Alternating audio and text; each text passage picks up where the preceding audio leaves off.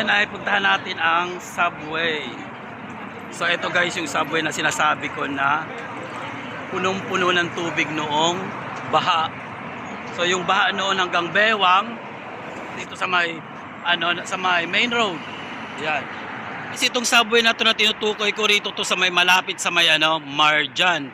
So harapan lang to na Marjan. Ito yung second Subway rito.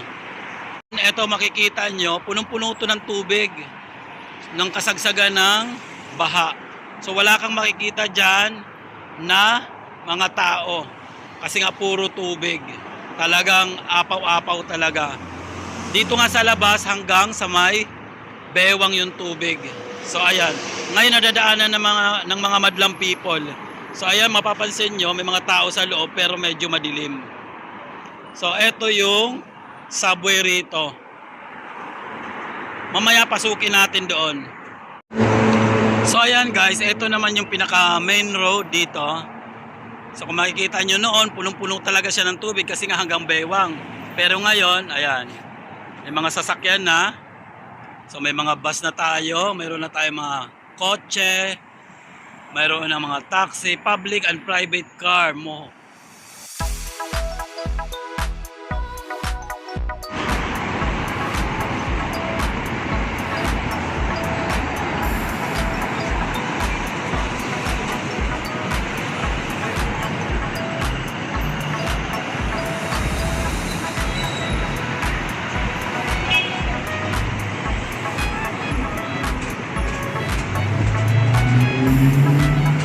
Guys, puntahan natin. Baba tayo rito sa Subway.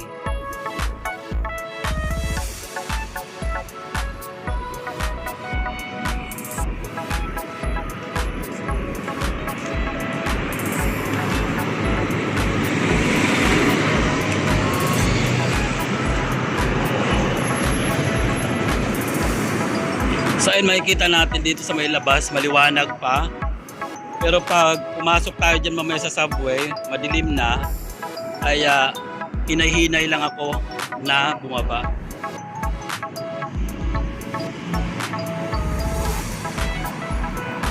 So ayan, nakapasok na ako rito sa may labas.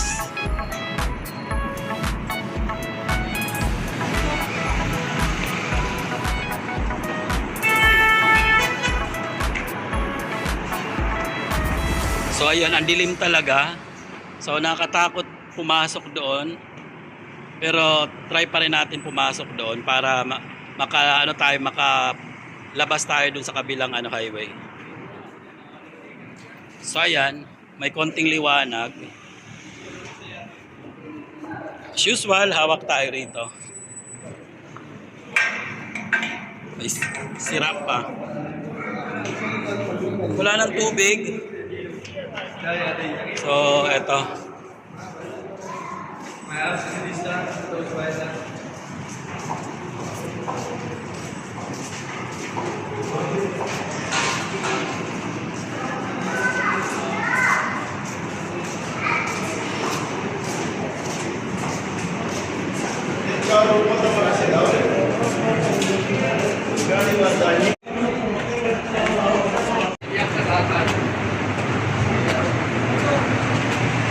So ayan guys, finally nandito na ako sa second Subway. Dito sa may kabilang nasa kabilang highway na ako ngayon.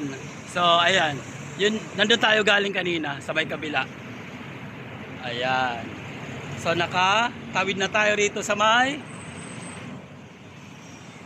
dito sa kabilang kabilang highway. So second Subway. Nandito tayo ngayon. So lumipat na tayo rito sa may bandang city center side. Kanina nandun tayo sa may Marjan side. Ayan. So yun, yung makulay na yun, Marjan yun. So nandito na tayo at pwede na tayong pumunta ng city center dun sa may gift market.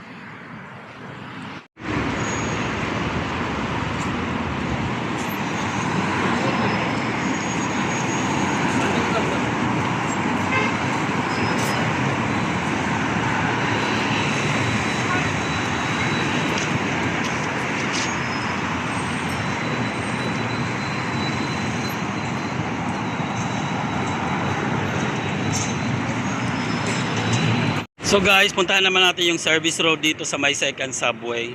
So yung service road nila, meron pa may tubig pa, may baha pa ng konti. Kunti na lang. Yan. Kering-kering na. Pero syempre hindi tayo pwedeng tumawid kasi nga may tubig at saka iba na yung kulay ng ano niya, medyo may amoy. So hindi tayo pwedeng tumawid diyan. So may mga ano naman, may mga lugar naman na pwede tayong dumaan na hindi tayo mababasa. Eto. So ayan, yung area na yan, doon tayo dadaan. Huwag tayong dadaan dito sa mabasa na to. Kasi may amoy na rin siya eh. So doon na tayo, ayan o. So doon yung ano natin, doon ang tawid natin, ay makikita nyo. So doon sila nagtatawiran, doon sila dumadaan, walang tubig. Yung parang pinaka-barrier nila. So doon sila dumadaan. So ayun, ngayon lang guys, update natin dito sa sa may subway dito sa second subway.